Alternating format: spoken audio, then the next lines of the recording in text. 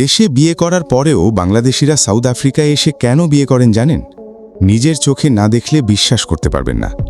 বাংলাদেশিদের south African কালো মেয়ে বিয়ে করার প্রধান কারণ আপনার কল্পনাকেও হার মানাবে।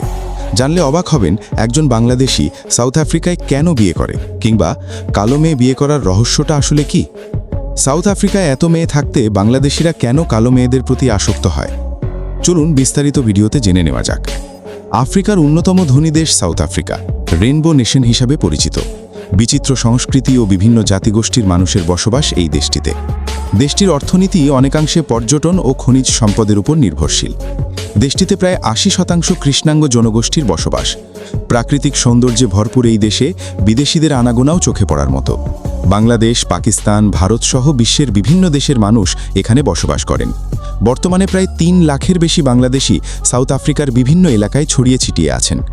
একজন বাংলাদেশি এই দেশে আসার পর বিভিন্ন ধরনের কাগজপত্র ও বৈধতার প্রয়োজন হয়। আবার অনেক বাংলাদেশিকে দেখা যায় স্থানীয় মেয়েদের বিয়ে করে ওয়ার্ক পারমিট কিংবা বিজনেস পারমিটের চেষ্টা করতে। আগে বিয়ে ছাড়াও অনেকেই বিভিন্নভাবে পারমিট করতে পারতেন, তবে বর্তমান পরিস্থিতি অনেকটাই পরিবর্তিত হয়েছে। এখন সাউথ আফ্রিকার নতুন নিয়ম অনুযায়ী বৈধভাবে বসবাসের জন্য বিয়ে ও পারিবারিক সম্পর্ককে বেশি গুরুত্ব দেওয়া হচ্ছে বলে অনেকে দাবি করেন। আগে অনেক বাংলাদেশি কৃষ্ণাঙ্গ মেয়ে বিয়ে করে টিআরকি বা লাইফ পার্টনার ভিসা পেতেন, তেমন জটিলতা ছাড়াই। তবে বর্তমানে বিদেশিদের জন্য নিয়মকানুন আরও কঠোর হয়েছে। দক্ষিণ আফ্রিকার সরকার বিদেশিদের বসবাস ও নাগরিকত্ব সংক্রান্ত বিষয়ে নানা পরিবর্তন এনেছে। আগে অনেকেই চুক্তিভিত্তিক বিয়ে করে বিভিন্ন ধরনের পারমিট নিতেন, কিন্তু এখন সেই সুযোগ অনেকটাই কমে গেছে।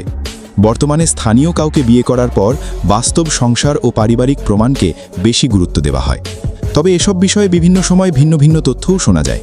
অনেক বাংলাদেশি মনে করেন সাউথ আফ্রিকায় কৃষ্ণাঙ্গ জনগোষ্ঠীর সংখ্যা বেশি হওয়ায় এবং স্থানীয়ভাবে তাদের প্রভাব বেশি থাকায় বিদেশিরা প্রায়ই কৃষ্ণাঙ্গ মেয়েদের বিয়ে করে থাকেন। কেউ কেউ মনে করেন এর মাধ্যমে তারা কিছু সুযোগ সুবিধাও পেয়ে থাকেন।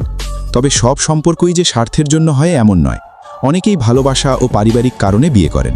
আবার কিছু ক্ষেত্রে প্রতারণা, পারিবারিক অশান্তি কিংবা আইনি জটিলতার ঘটনাও ঘটে থাকে।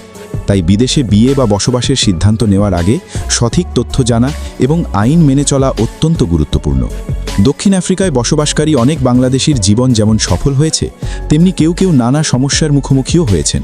তাই শুধুমাত্র গুজব বা অন্যের অভিজ্ঞতা দেখে সিদ্ধান্ত নেওয়া উচিত নয়। প্রিয় দর্শক, এই বিষয়ে আপনার মতামত কি? কমেন্টে অবশ্যই জানাবেন। আজ এখানেই বিদায় নিচ্ছি। এতক্ষণ সঙ্গে থাকার জন্য অসংখ্য ধন্যবাদ।